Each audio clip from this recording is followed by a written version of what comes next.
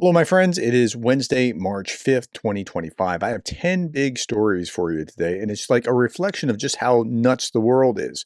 So, what you're seeing in this video is a post office that the Russians hit last night. And so, while they're busy destroying post offices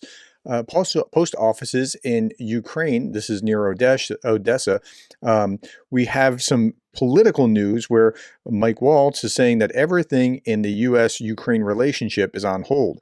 It's not just actual military support, and it's not just intelligence sharing. It's everything.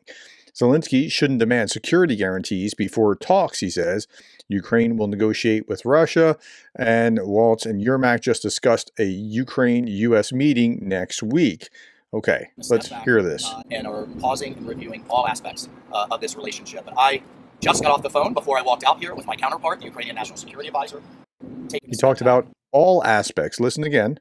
And are pausing and reviewing all aspects of this relationship. And pausing and reviewing all aspects of the relationship. So Igor Shushko says NSA, Mike Waltz said that U.S. support for Ukraine is contingent on a date being agreed upon by Russia and Ukraine for peace negotiations.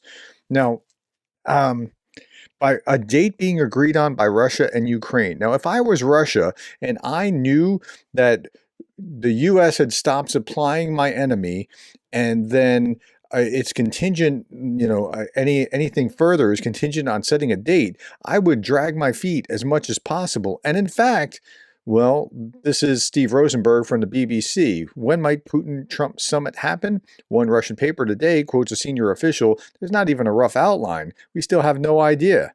Okay, let's hear what they had to say. When can we expect Vladimir Putin and Donald Trump to meet? Well, judging by this report in today's Kommersant newspaper, a summit is not imminent. Reporter Andrei Kolesnikov gives an interesting account here of President Putin's meeting with the Prime Minister of Myanmar, Min Aung Hlaing.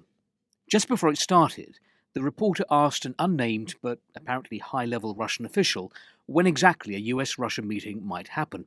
The response was, with Trump in Riyadh, no. There's not even a rough outline of when we'll go. Wow, we still have no idea, he says. Okay, so what's happened here is that the U.S. has gone from being a supporter of Ukraine to being a broker between, cutting off the spigot of supplies to Ukraine until a meeting that Ukraine alone doesn't control, but Russia does. So that's the awkward position that we're in right now. Meanwhile, Macron opposes a ceasefire in Ukraine, which is exactly what Trump wants. Trump wants a ceasefire, and then they negotiate things out. He said that peace cannot be achieved at any cost under Russian dictates or through Ukraine's capitulation. Here he is saying the future of Ukraine is not going to be decided by Russia or by Washington. Okay, that's Macron. Okay, Jane Kiev says, whoa, we have prepared a peace plan for Ukraine, according to Macron. Europe is entering a new era, and the threat from Russia extends to all of us. Said peace cannot be concluded on Russia's terms. We must prepare for the fact that the U.S. will not be on our side. Like, that's the way that they're processing this now. Peace cannot be signed in Washington or Moscow. All right, so it's a whole new world. Even Le Pen made a U-turn on Russia, as 73% of the French see the USA is no longer an ally. So even Le Pen has shifted gears here. That's what's going on in France. So Zelensky spoke with Starmer before announcing renewed talks with Trump. The UK Prime Minister advised him on what Trump wanted to hear, including an admission of missteps in an Oval Office meeting. And then the French government spokesperson is also saying it's being considered that President Macron could possibly travel to Washington again together with Zelensky, and maybe that'll be a little bit smoother than what this was before. Now, then you have J.D. Vance saying this: I think our European friends are being really doing a disservice to the Ukrainians. Here he is. I would argue the president was right in saying they have no cards. Yeah. Well, Sean, I think our European friends, frankly, are being really they're doing a disservice to the Ukrainians because their own populations are saying, we're not going to fund this war indefinitely. The American people are saying, we don't want to fund the war indefinitely. So the only thing that is in the best interest of America, of Russia, of Ukraine, and of Europe is to bring this thing to a close. What happens, Sean, is you have Zelensky. He goes to Europe, and a lot of our European friends puff him up. They say, you're a freedom fighter. You need to keep fighting forever. Well, fighting forever with what? With whose money, with whose ammunition, and with whose lives? The president is actually taking a much more realistic perspective and saying, this can't go on forever. We can't fund this thing forever. The Ukrainians can't fight forever. So let's bring this thing to a peaceful settlement. They don't want to fight forever. They just want to eject Russia. And I noticed that whenever he talks about it, he talks about it as Russia always precedes Ukraine in the discussion.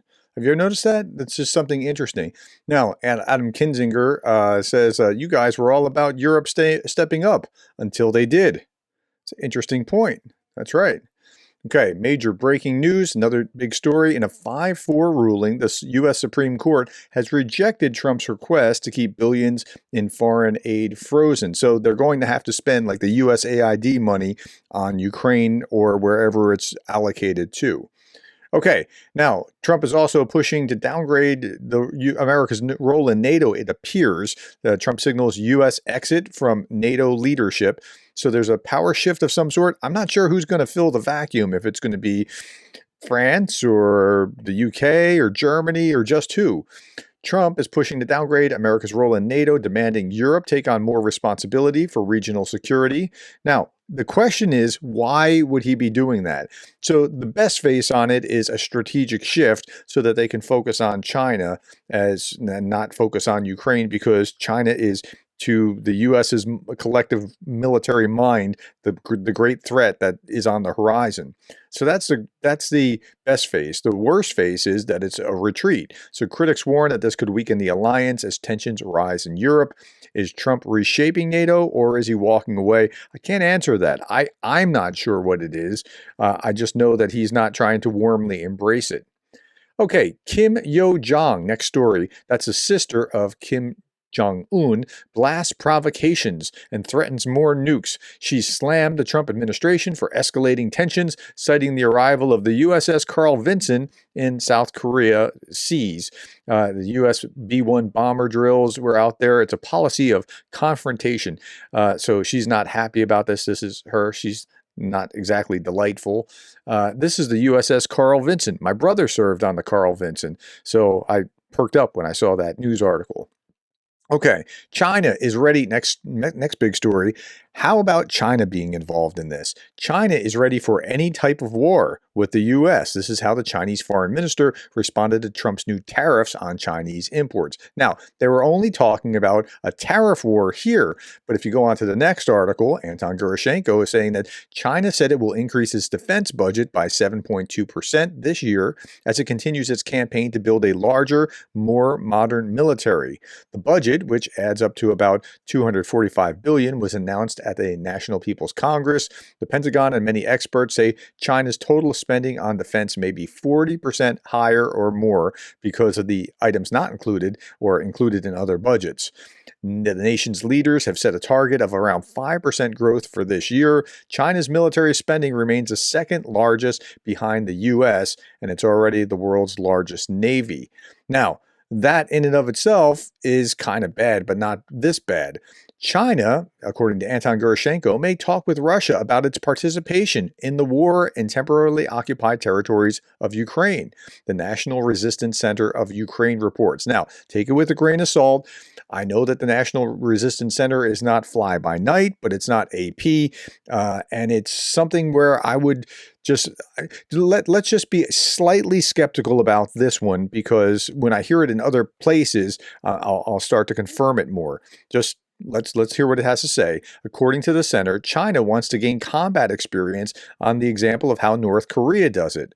Chinese envoys have reportedly been spotted repeatedly in temporarily occupied territory. Uh-oh, that's not going to go over well.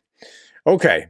Born out of necessity, Ukraine is building one of the most advanced defense industries in the world. Over the past 3 years, its capacity has grown 35 times, reaching 35 billion US dollars. By 2025, Ukraine will manufacture 1/3 of the weapons needed in its defense, with the goal to reach 50% in the coming years. Now, this is the way forward for Ukraine, short of some kind of peace deal being pushed on it.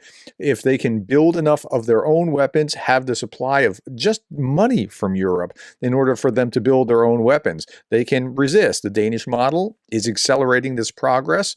Our allies have already invested $1 billion in Ukrainian-made weapons.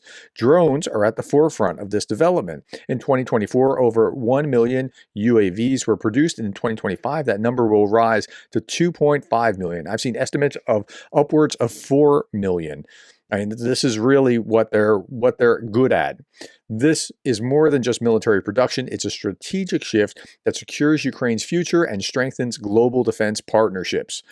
If you have money invested in the U.S. military defense companies like Boeing and Lockheed and those kind of things, you're not going to, it doesn't look like you're in for a good time. But the Ukrainian defense organizations, their companies are going to be booming. Okay, no pun intended with booming. Okay, Federalist MEPs from Waltz call for treaty reform ahead of Thursday's EU summit. So today is Wednesday, March 5th. Tomorrow there's an EU summit. Here's a little bit about what's going on. America first, Europe alone, says Politico. While you were sleeping in the last few hours, Donald Trump delivered the longest ever annual presidential address to Congress, clocking in at 1 hour and 40 minutes. We did a live stream about that yesterday, and I talked about everything that you wanted to talk about when they weren't talking about Ukraine, which was closer to the end, and we just had a good Q&A, and I just kind of gave some here's what's actually happening, this happens like this in the American system, that sort of thing. While you were sleeping, okay, so we talked about that. Message to Ukraine. In a triumphant prime-time address to the joint houses of Congress, Trump once again falsely claimed that the U.S. spent $350 billion on Ukraine. I don't know where he's getting that number from. Like that's just bizarre to me that nobody's actually correcting him. When he has said that it's taken taking candy from a baby. He also said that we've had serious discussions with Russia. Okay, so you've had serious discussions with Russia. I understand. But the message, so now when we're talking about the 350, let's look at this. So this is CNN immediately after the debate last night. I'm watching this and I recorded it, and let's hear what they're talking about with these numbers. It's not 350 billion. Issue found the U.S. has committed about 126 billion, actually allocated about 121 billion, so way less than 350 billion. He said Europe has spent 100 billion, while the think tank found Europe had committed 263 billion, so way more. Okay, whether it's 126 to 263 or just some kind of rough, something in that neighborhood, yeah, it's the U.S. has spent somewhere above 100, probably below 150 billion, and Europe has spent over 200 billion collectively, and that's about where we are. I wouldn't worry about the exact specifics, but it's not 350 billion spent by the U.S. Actually allocated about 140 billion. Now, you can get different numbers with different counting methodologies, but nobody legitimate, even the US government itself, has gotten anywhere close to that 350 billion figure that President Trump keeps using, Jake.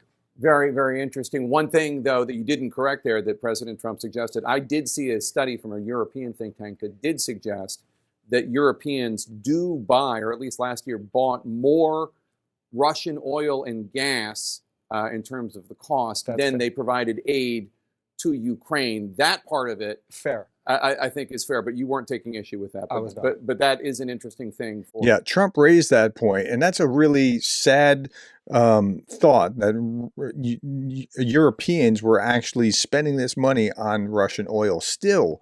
Okay.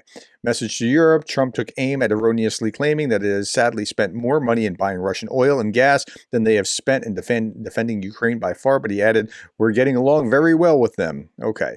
Member states unite. The European Commission unveiled details of its long-anticipated Rearm Europe plan on Tuesday, outlined in a letter by President Ursula von der Leyen. What's included is a $150 billion loan program for member countries using funds raised on capital markets and backed by the EU budget. Now, they also have this $800 billion that they're going to be able to spend. And Georgie explained this to me. My last video was a conversation with Georgie from Ukraine Matters of how this mechanism actually works. It's not that they're directly spending it, but they're freeing up these nations to like remove a debt ceiling or debt cap or however it is in order to, you just need to listen to that video. Okay, so that was the Trump speech yesterday, and then European Parliament plans to deprive Hungary of its voting rights. Well, maybe, depending on what Hungary does.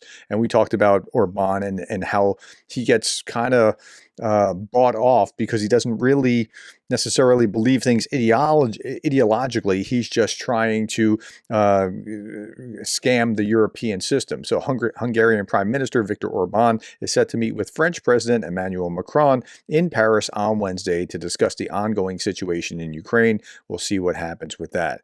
All right, my friends, we're wrapping up here with this. Darth Putin, the parody site, says, on this day in 1953, Stalin died. We have to pretend that we are liberating Ukraine from Nazism because we've not yet liberated ourselves from Stalinism. Wow, that's true.